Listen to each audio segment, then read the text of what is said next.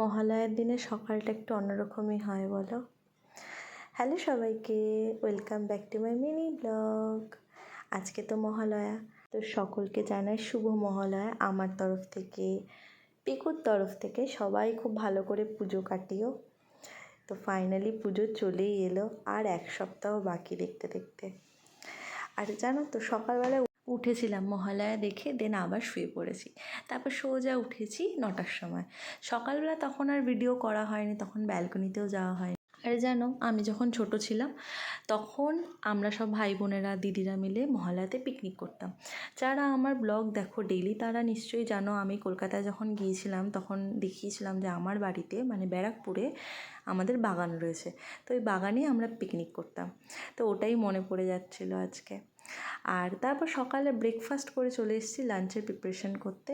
আজকে লাঞ্চে বানিয়েছিলাম ইলিশ। আর এই বাড়িতে এটা হচ্ছে আমার ফার্স্ট ইলিশ রান্না করছি, তাই প্লেন রান্না করেছি আলু বেগুন দিয়ে ঝোল। কিন্তু সুপ্রতিম জানো তো, মা ইলিশ মাছের আলু পছন্দ করে না, কিন্তু আমার ভীষণ ভালো লাগে। আমার ইলিশ মাছ নিয়ে কোনো ছেড়খানি ভালোই লাগে না, একটা অথেন্টিক ফ্লেভারের জন্য আমার প্লেন পাতলা ঝোলটা খুব ভালোবাসি।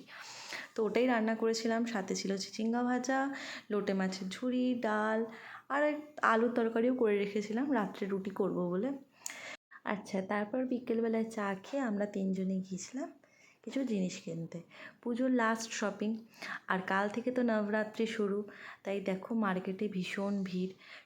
আমিও এদিকে কিছু ঠাকুরের জন্য জিনিস কিনেছিলাম, আর কিনেছিলাম পিকুর জন্য কিছু চুড়ি, ওর কিছু জিনিস। লাস্ট মিনিটে কসমেটিক্স শপিংটাই থাকে সবার, জামা কাপড় এগুলো তো কেনা হয়েই গেছে। তো আজকের আমাদের হচ্ছে পুজো শপিংয়ের লাস্ট ডে। ব্যাস, এরপর তো আসবে আমার নেক্সট ব্লগে পুজোর সব কিছু সিরিজ নিয়ে। তো এই জন্য আমার ব্লগে চোখ রাখতে হবে, পুজোর নতুন সিরিজ আসতে চলেছে। তো সুন্দর সুন্দর ভিডিও দেখার জন্য চোখ রাখতে হবে আমার চ্যানেলে। আর যারা এখনও সাবস্ক্রাইব করোনি তারা অবশ্যই সাবস্ক্রাইব লাইক করো।